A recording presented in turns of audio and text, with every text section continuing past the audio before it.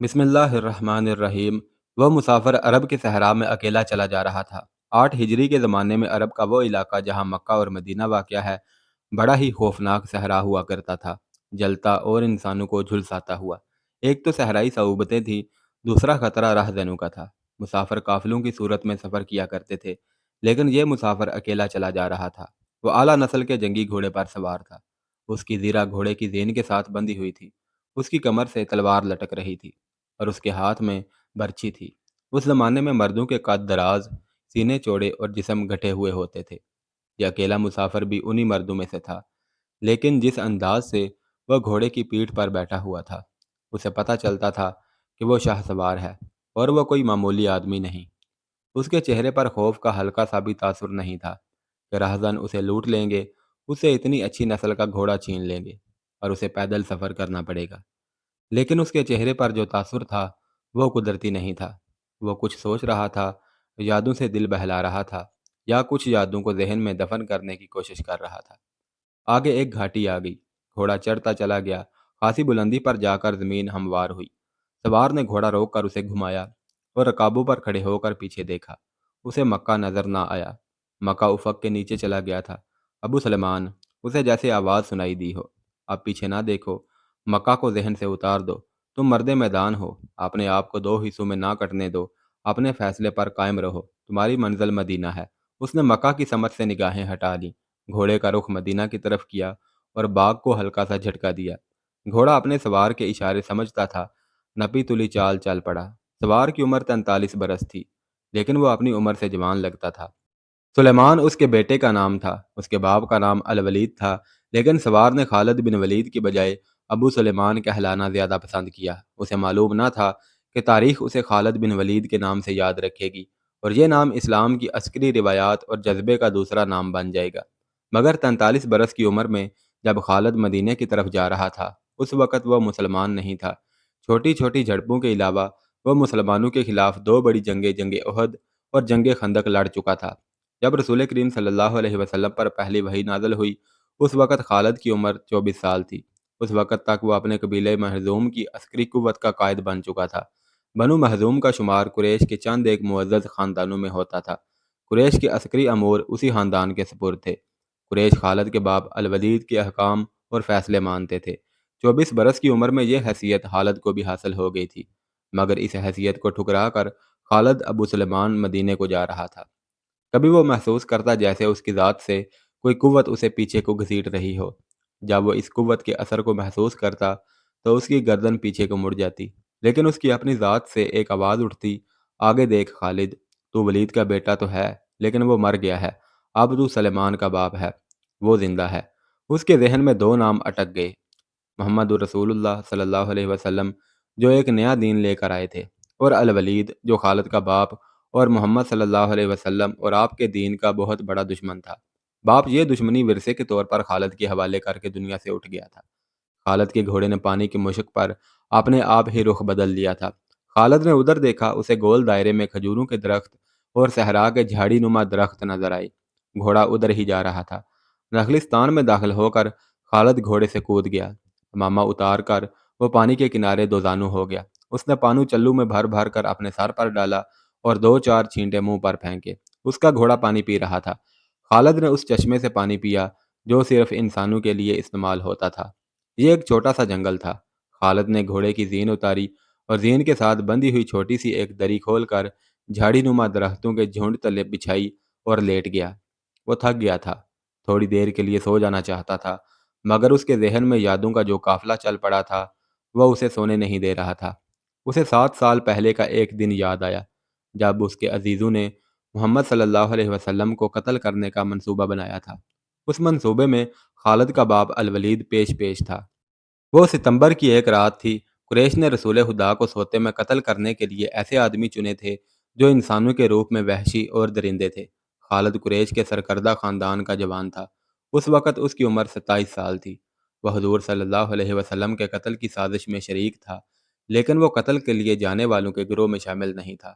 اسے 7 سال پہلے کی وہ رات گزرے ہوئے کل کی طرح یاد تھی۔ وہ اس قتل پر خوش بھی تھا اور ناخوش بھی۔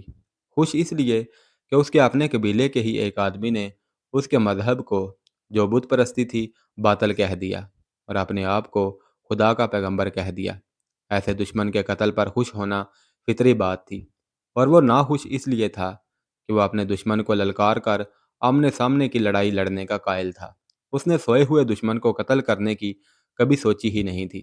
بہرحال اس نے اس سازش کی مخالفت نہیں کی، لیکن قتل کی رات جب قاتل رسول خدا کو مقررہ وقت پر قتل کرنے گئے تو آپ صلی اللہ علیہ وسلم کا مکان خالی تھا۔ وہاں گھر کا سامان بھی نہیں تھا، نہ آپ صلی اللہ علیہ وسلم کا گھوڑا تھا، نہ اونٹنی۔ قریش اس امید پر سوئے ہوئے تھے کہ صبح انہیں خوشخبری ملے گی کہ ان کے مذہب کو جھٹلانے اور انہیں اپنے نئے مذہب کی طرف بلانے والا قتل ہو گیا ہے، مگر صبح وہ ایک دوسرے کو مایوسی کے عالم میں دیکھ رہے تھے۔ پھر وہ سرگوشیوں میں ایک دوسرے سے پوچھنے لگے، محمد کہاں گیا صلی اللہ علیہ وسلم؟ رسول خدا صلی اللہ علیہ وسلم قتل کے وقت سے بہت پہلے اپنے قتل کی سازش سے آگاہ ہو کر مدینہ کو ہجرت کر گئے تھے۔ صبح تک آپ صلی اللہ علیہ وسلم بہت دور نکل گئے۔ خالد کے ذہن سے یادیں پھوٹتی چلی آ رہی تھیں۔ ذہن پیچھے ہی پیچھے ہٹتے ہٹتے 16 برس دور جا نکلا۔ ایک شام رسول کریم صلی اللہ علیہ وسلم نے قریش کے چند ایک سرکردہ افراد کو اپنے ہاں کھانے پر مدعو کیا۔ کھانے کے بعد رسول کریم صلی اللہ علیہ وسلم نے اپنے مہمانوں سے کہا، اے بنی عبد المطلب، میں تمہارے سامنے جو تحفہ پیش کرنے لگا ہوں وہ عرب کا کوئی اور شخص پیش نہیں کر سکتا، اس لیے کہ اللہ نے مجھے منتخب کیا ہے۔ مجھے اللہ نے حکم دیا ہے کہ تمہیں ایک ایسے مذہب کی طرف بلاؤں جو تمہاری دنیا کے ساتھ ساتھ تمہاری عاقبت بھی آسودہ اور مسرور کر دے گا۔ اس طرح رسول خدا صلی اللہ علیہ وسلم نے پہلی وحی کے نزول کے 3 سال بعد اپنے قریبی عزیزوں کو اسلام قبول کرنے کی دعوت دی۔ خالد اس محفل میں نہیں تھا، اس کا باپ مدعو تھا۔ اس نے خالد کو مذاق اڑانے کے انداز میں بتایا تھا کہ عبد المطلب کے پوتے محمد صلی اللہ علیہ وسلم نے کہا ہے کہ وہ اللہ کا بھیجا ہوا نبی ہے۔ ہم جانتے ہیں کہ عبد المطلب قریش کا ایک سردار تھا۔ الولید نے اپنے بیٹے خالد سے کہا، بے شک محمد کا خاندان اعلیٰ حیثیت رکھتا ہے، لیکن نبوت کا دعویٰ اس خاندان کا کوئی فرد کیوں کرے؟ اللہ کی قسم اور حبل اور عزا کی، میرے خاندان کا رتبہ کسی سے کم نہیں۔ کیا نبوت کا دعویٰ کر کے کوئی ہم سے اونچا ہو سکتا ہے؟ آپ نے اسے کیا کہا ہے؟ خالد نے پوچھا۔ پہلے تو ہم چپ ہو گئے، پھر ہم سب ہنس پڑے، الولید نے کہا، لیکن محمد کے چچا زاد بھائی علی نے محمد کی نبوت کو قبول کر لیا ہے۔ خالد اپنے باپ کی طنزیہ ہنسی کو بھولا نہیں تھا۔ خالد کو مکہ اور مدینہ کے راستے میں ایک نخلستان میں لیٹے ہوئے وہ وقت یاد آ رہا تھا۔ رسول اللہ صلی اللہ علیہ وسلم جن کی نبوت کو قریش کے سردار قبول نہیں کر رہے تھے، اس نبوت کو لوگ قبول کرتے چلے جا رہے تھے۔ ان میں اکثریت نوجوانوں کی تھی۔ بعض مفلس لوگوں نے بھی اسلام قبول کر لیا۔ اس سے نبی کریم کے حوصلے میں جان آ گئی اور آپ صلی اللہ علیہ وسلم نے اسلام کی تبلیغ تیز کر دی۔ آپ بت پرستی کے خلاف تھے۔ مسلمان ان 360 بتوں کا مذاق اڑاتے تھے جو کعبہ کے اندر اور باہر رکھے ہوئے تھے۔ طلوع اسلام سے پہلے عرب ایک خدا کو مانتے تھے اور پوجتے ان بتوں کو تھے۔ انہیں وہ دیویاں اور دیوتا کہتے تھے اور انہیں اللہ کے بیٹے اور بیٹیاں مانتے تھے۔ قریش نے دیکھا کہ محمد صلی اللہ علیہ وسلم کے جس دین کا انہوں نے مذاق اڑایا تھا وہ مقبول ہوتا جا رہا ہے، تو انہوں نے آپ کی تبلیغی سرگرمیوں کے خلاف محاذ بنا لیا اور مسلمانوں کا جینا حرام کر دیا۔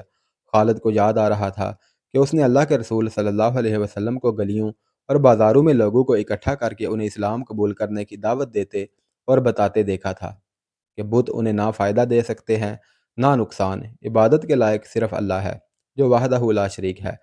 رسول خدا صلی اللہ علیہ وسلم کی مخالفت کے قائد قریش کے 4 سردار تھے۔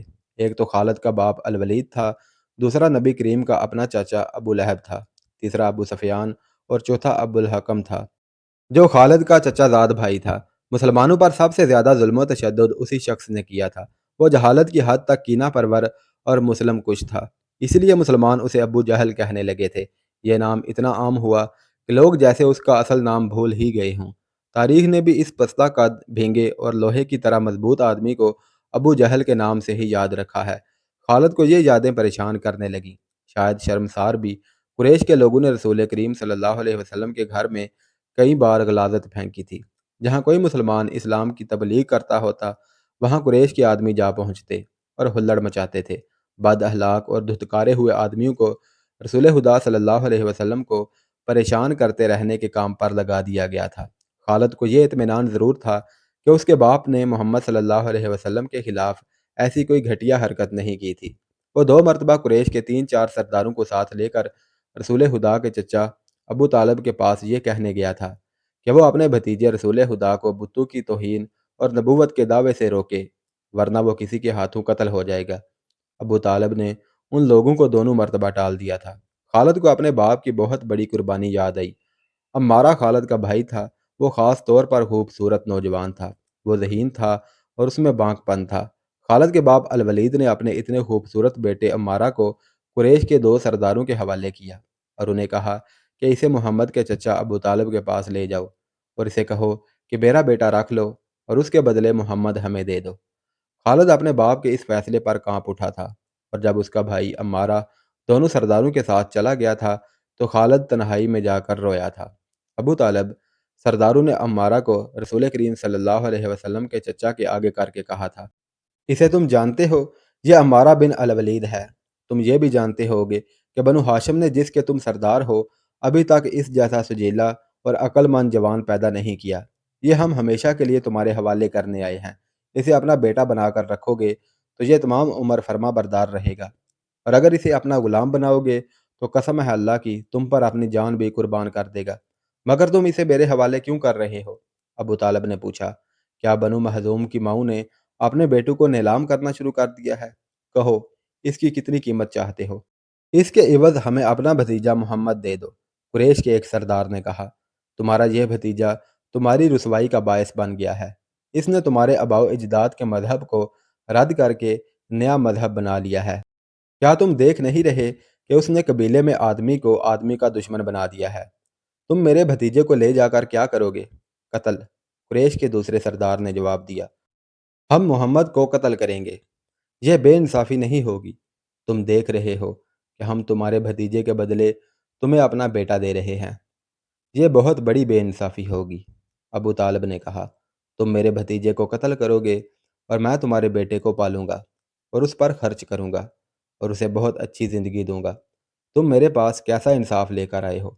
میں تمہیں عزت سے رخصت کرتا ہوں۔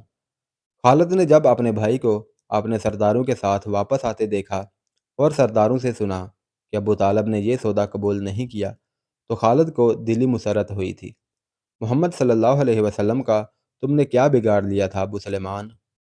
خالد کی ذات سے ایک سوال اٹھا۔ اس نے خیالوں ہی خیالوں میں سر ہلایا اور دل ہی دل میں کہا، کچھ نہیں۔ بے شک محمد کا جسم طاقتور ہے، لیکن رکانہ بن عبد یزید جیسے پہلوان کو اٹھا کر پٹکنے کے لیے صرف جسمانی طاقت کافی نہیں۔ رکانہ بن عبد یزید رسول کریم صلی اللہ علیہ وسلم کا چچا تھا، جس نے اسلام قبول نہیں کیا تھا۔ یہ عرب کا مانا ہوا پہلوان تھا۔ نامی گرامی پہلوان آئے جنہیں اس نے ایک ہی داؤ میں پٹک کر اٹھنے کے قابل نہ چھوڑا۔ وہ وحشی انسان تھا، صرف لڑنا مارنا جانتا تھا۔ خالد کو وہ وقت یاد آنے لگا جب مسلمانوں کو دکھ کرنے والے 3-4 آدمیوں نے ایک دن رکانہ پہلوان کو خوب کھلایا پلایا اور اسے کہا تھا کہ تمہارا بھتیجا محمد کسی کے ہاتھ نہیں آتا، نہ اپنی تبلیغ سے باز آتا ہے، نہ کسی سے ڈرتا ہے، اور لوگ اس کی باتوں کے جادو میں آتے چلے جا رہے ہیں۔ کیا تم اسے سیدھا نہیں کر سکتے؟ کیا تم میرے ہاتھوں اس کی ہڈیاں توڑوانا چاہتے ہو؟ رکانہ نے اپنے چہرے پر مست بھینسے کا تاثر پیدا کر کے تکبر کے لہجے میں کہا تھا، لاؤ اسے میرے مقابلے پہ، لیکن وہ میرا نام سن کر مکہ سے بھاگ جائے گا۔ نہیں نہیں، میں اس کے ساتھ لڑنا اپنی توہین سمجھتا ہوں۔ اس نے اکسانے والے آدمیوں کی بات نہ مانی۔ وہ کسی پہلوان کو اپنے برابر سمجھتا ہی نہیں تھا۔ مسلمانوں کے دشمن خاموش ہو گئے، لیکن سوچتے رہے کہ رسول خدا کو رکانہ کے ہاتھوں گرا کر آپ صلی اللہ علیہ وسلم کا تماشا بنایا جائے۔ مکہ کے یہودی خاص طور پر رسول اکرم صلی اللہ علیہ وسلم کے دشمن تھے، لیکن وہ کھل کر میدان میں نہیں آتے تھے۔ وہ خوش تھے کہ اہل قریش آپس میں بٹ کر ایک دوسرے کے دشمن ہو گئے ہیں۔ انہیں پتہ چل گیا کہ قریش کے کچھ آدمیوں نے رکانہ پہلوان کو اکسایا ہے کہ وہ رسول اکرم صلی اللہ علیہ وسلم کو کشتی کے لیے للکارے، لیکن وہ نہیں مان رہا تھا۔ ایک روز رکانہ رات کے وقت ایک گلی سے گزر رہا تھا کہ اس کے قریب سے ایک بڑی حسین اور جوان لڑکی گزری۔ چاندنی رات میں لڑکی نے رکانہ کو پہچان لیا اور مسکرائی۔ رکانہ وحشی تھا، وہ رک گیا اور لڑکی کا راستہ روک لیا۔ کیا تم جانتی ہو کہ عورت مرد کی طرف دیکھ کر مسکراتی ہے تو اس کا مطلب کیا ہوتا ہے؟ رکانہ پہلوان نے پوچھا، کون ہو تم؟ اس کا مطلب یہ ہوتا ہے کہ عورت اس مرد کو چاہتی ہے۔ اس جوان لڑکی نے جواب دیا، میں سبت بنت اربن ہوں۔ او، ارمن یہودی کی بیٹی؟ ریکانا نے کہا، اور لڑکی کے کندھوں پر ہاتھ رکھ کر اسے اپنے قریب کر کے بولا، کیا میرا جسم تجھے اتنا اچھا لگتا ہے؟ اور کیا میری طاقت؟ تمہاری طاقت نے مجھے مایوس کر دیا ہے۔ سبت نے پیچھے ہٹتے ہوئے کہا، تم اپنے بھتیجے محمد سے ڈرتے ہو؟ کون کہتا ہے؟ ریکانا نے گرج کر کہا، سب کہتے ہیں۔ سبت نے کہا، پہلے محمد کو گراؤ، پھر میں اپنا جسم تمہیں انعام میں دوں گی۔ اللہ کے بیٹوں اور بیٹیوں کی قسم، تیری بات پوری کر کے تیرے سامنے آؤں گا۔ ریکانا نے کہا، لیکن تو نے غلط سنا ہے کہ میں محمد سے ڈرتا ہوں۔ بات یہ ہے کہ میں اپنے سے کمزور کے ساتھ لڑنا اپنی توہین سمجھتا ہوں، لیکن تیری بات پوری کروں گا۔ مشہور مورخ ابن ہشام نے لکھا ہے کہ رسول کریم صلی اللہ علیہ وسلم نے خود ریکانہ پہلوان کو کشتی کے لیے للکارا تھا، لیکن دوسرے مورخ ابن اسیر نے جو شہادت پیش کی ہے وہ صحیح ہے کہ ریکانہ نے محمد صلی اللہ علیہ وسلم کو کشتی کے لیے للکارا، اور اس نے کہا تھا، میرے بھائی کے بیٹے، تم بڑے دل اور بڑی جرت والے آدمی ہو۔ میں یہ بھی جانتا ہوں کہ تم جھوٹ بولنے سے نفرت کرتے ہو، لیکن مرد کی جرات اور صداقت کا پتہ اکھاڑے میں چلتا ہے۔ آؤ میرے مقابلے میں اکھاڑے میں اترو، اگر مجھے گرا لو تو میں تمہیں اللہ کا بھیجا ہوا نبی مان لوں گا، اللہ کی قسم تمہارا مذہب قبول کر لوں گا۔ لیکن یہ ایک بھتیجے اور چچا کی کشتی نہیں ہوگی۔ رسول خدا صلی اللہ علیہ وسلم نے ریکانہ کی للکار کے جواب میں کہا، ایک بت پرست اور سچے دین کے ایک پیغمبر کی لڑائی ہوگی، تو ہار گیا تو اپنا وعدہ بھول نہ جانا۔ مکہ میں یہ خبر صحرا کی آندھی کی طرح پھیل گئی کہ ریکانہ پہلوان اور محمد صلی اللہ علیہ وسلم کی کشتی ہوگی، اور جو ہار جائے گا وہ جیتنے والے کا مذہب قبول کر لے گا۔ قریش کا بچہ بچہ مرد و زن اور یہودی ہجوم کر کے آگے۔ مسلمانوں کی تعداد بہت تھوڑی تھی، وہ تلواروں اور برچیوں سے مسلح ہو کر آئے، کیونکہ انہیں خطرہ محسوس ہو رہا تھا کہ قریش کشتی کو بہانہ بنا کر رسول خدا صلی اللہ علیہ وسلم کو قتل کر دیں گے۔ عرب کا سب سے زیادہ طاقتور اور وحشی پہلوان ریکانہ بن عبد یزید رسول کریم کے مقابلے پر اترا۔ اس نے رسول خدا پر طنزیہ نظر ڈالی اور آپ پر بھبتی کسی۔ آپ مکمل خاموشی اور اطمینان سے ریکانہ کی آنکھوں میں آنکھیں ڈال کر دیکھتے رہے کہ وہ بے خبری میں کوئی داؤ نہ کھیل جائے۔ ریکانہ آپ کے ارد گرد یوں گھوما جیسے شیر اپنے شکار کے ارد گرد گھوم گیا ہو اور اب اسے کھا جائے گا۔ ہجوم رسول اکرم صلی اللہ علیہ وسلم کا مذاق اڑا رہا تھا۔ مسلمان خاموش تھے، وہ دل ہی دل میں اللہ کو یاد کر رہے تھے۔ انہوں نے اپنی تلواروں کے دستوں پر ہاتھ رکھے ہوئے تھے۔ پھر نہ جانے کیا ہوا، رسول اکرم صلی اللہ علیہ وسلم نے کیا داؤ کھیلا۔ ابن اسیر کہتا ہے کہ آپ صلی اللہ علیہ وسلم نے ریکانہ کو اٹھا کر زمین پر پٹک دیا۔ ریکانہ زخمی شیر کی طرح اٹھا اور اگرا کر آپ پر حملہ آور ہوا۔ آپ نے پھر وہی داؤ کھیلا اور اسے پٹک دیا۔ وہ اٹھا تو آپ نے اسے تیسری بار پٹکا۔ بھاری بھرکم جسم 3 بار پٹکا گیا تو کشتی جاری رکھنے کے قابل نہ رہا۔ ریکانہ سر جھکا کر اکھاڑے سے نکل گیا۔ ہجوم پر سناٹا طاری ہو گیا اور مسلمان ننگی تلواریں اور برچیاں ہوا میں لہرا لہرا اور اچھال اچھال کر نعرے لگا رہے تھے، چچا ریکانہ، رسول اللہ صلی اللہ علیہ وسلم نے للکار کر کہا، اپنا وعدہ پورا کر اور یہی اعلان کر کہ آج سے تو مسلمان ہے۔ ریکانہ نے قبول اسلام سے صاف انکار کر دیا۔ یہ طاقت جسمانی نہیں تھی۔ خالد بن ولید نے نخلستان میں لیٹے لیٹے اپنے آپ سے کہا، ریکانہ کو یوں 3 بار پٹکنا تو دور کی بات ہے، اسے کوئی پچھاڑ بھی نہیں سکا تھا۔ رسول اکرم کا تصور خالد کے ذہن میں نکھر آیا۔ وہ آپ کو اچھی طرح سے جانتا تھا، لیکن اب وہ محسوس کر رہا تھا جیسے وہ محمد صلی اللہ علیہ وسلم کوئی اور تھے جنہیں وہ بچپن سے جانتا تھا۔ اس کے بعد آپ نے جو رخ اختیار کیا تھا اس میں خالد آپ کو نہیں پہچانتا تھا۔ نبوت کے دعوے کے بعد خالد بن ولید کی آپ صلی اللہ علیہ وسلم کے ساتھ بول چال بند ہو گئی تھی۔ وہ آپ صلی اللہ علیہ وسلم کے ساتھ دو دو ہاتھ کرنا چاہتا تھا، لیکن وہ ریکانہ کی طرح پہلوان نہیں تھا۔ وہ میدان جنگ میں لڑنے والا اور لڑنے والوں کی قیادت کرنے والا جنگجو تھا۔